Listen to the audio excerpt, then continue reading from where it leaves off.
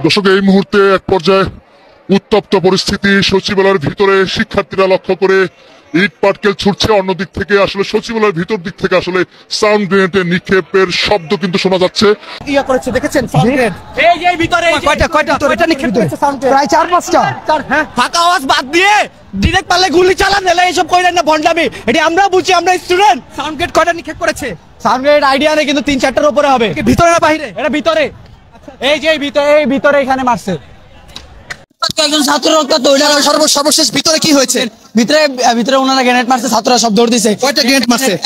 আমরা 4টা গ্রেনেডের আওয়াজ পাইছি সরাসরি, আর অনেকগুলো ফাঁকা আওয়াজ দিছে। একজন রক্তাক্ত শহরে নিয়ে গেছে। পরিস্থিতি কি দেখতেছেন এখন? পরিস্থিতি অনেক বাজে। আমরা রক্ত দেখছি, জুলাইয়ের রক্ত দেখলে তো মাথা ঠিক থাকে না ভাই। ছাত্রদেরকে আবার রক্ত দেখে না, এর পরিণতি অনেক খারাপ হইব। ভিতরে কি করেছে? লাঠি চার্জ করছে, আঙ্গরে লাঠিটা মারছে, আমার এটা বাড়ি মারছে, একটা পুলিশ বাড়ি মারছে ভিতরে। পরিস্থিতি এক পর্যায়ে উত্তপ্ত। সবাই আসেন ভাই।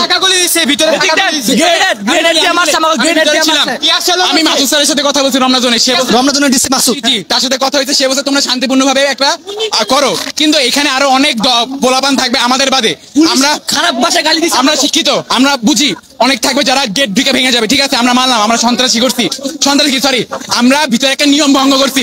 মন্ত্রণালয়ের হলো নিয়ম ভাঙছি, যে আমাদের ভুল, আমাদের বের করে দিক। আমরা কিন্তু সবাই বের হয়ে যাইতেছিলাম, কিন্তু পিছন দিয়ে ফাঁকাগুলি এবং লাঠি চাষ করছে, দুইজনের মাথা ফাটছে। পরিস্থিতি এক পর্যায়ে উত্তপ্ত আমরা দেখতে পাচ্ছি। সরকারের মধ্যে পার্থক্য কি? জীবনের মূল্য নেই আমার। সরকারের মধ্যে পার্থক্য কি? আমরা গরমের ভিতরে আছি, হ্যাঁ এসির ভিতরে বয়ে রয়েছে। পুলিশরা নাটক দেখতেছে, পুলিশ বা কিনা দিয়েছে। এই সরকারের আগের সরকার একই ছিল। আগের সরকার একটু ভালো হলে কি দুনো সরকার নিয়ে আমরা এমন সরকার চাই নাই।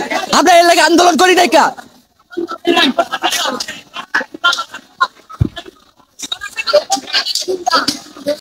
হসপিটালের দিকে নিয়ে যাওয়া হচ্ছে, আমরা দেখতে পাচ্ছি। কিন্তু কিভাবে আহত হয়েছে?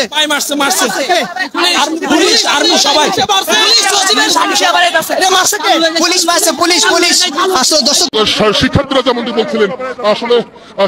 যেমনটি বলছিলেন যে পুলিশ তাকে পায়ে আঘাত করেছে, তাকে হসপিটালে নিয়ে যাওয়া হচ্ছে। আমরা যত সম্ভব ভিতরে ছিলাম। ভিতরে কি দেখলেন?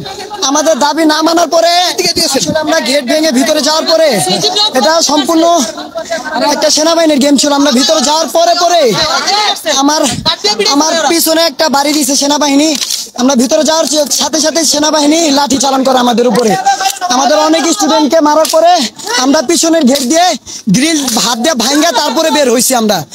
ওনারা আমাদের উপরে মানে যারে সামনে পাইছে তার উপরে লাঠি চালান করছে। আমরা কোন রকম পিছনে গেট দিয়ে গ্রিল টিল ভাঙ্গা তারপরে বের হয়েছি। ভাই আমরা জাস্ট ভিতরে ঢুকছি, আমার দাবি জানাইতেছে, আমাদের গোলাগুলি শুরু করে দিচ্ছে পুলিশ। কয়েকজন আহত দেখেন, এই পাশে সব বসা, আমাদের পানি টানি খাইতেছে, আমাদের সবাইকে আহত করতেছে। আমরা ভাঙচুর করতে মোটেও আসি না, আমরা আমাদের দাবি নিয়ে আসছি, কিন্তু আমাদের দাবি মানা হইতেছে না। ওরা আমাদের করা হয়েছে, আমরা এটা মানি না। ছাত্রদের গায়ে গুলি করা হয়েছে, সেনাবাহিনী আজকে গুলি করছে আমাদের উপরে, সংসভাবে মারছে, গায়ে আমাদেরকে আঘাত করছে। বাংলাদেশ পুলিশ ওরা যারও সন্তান, ওরা কোনোদিনও মানুষ হবে না।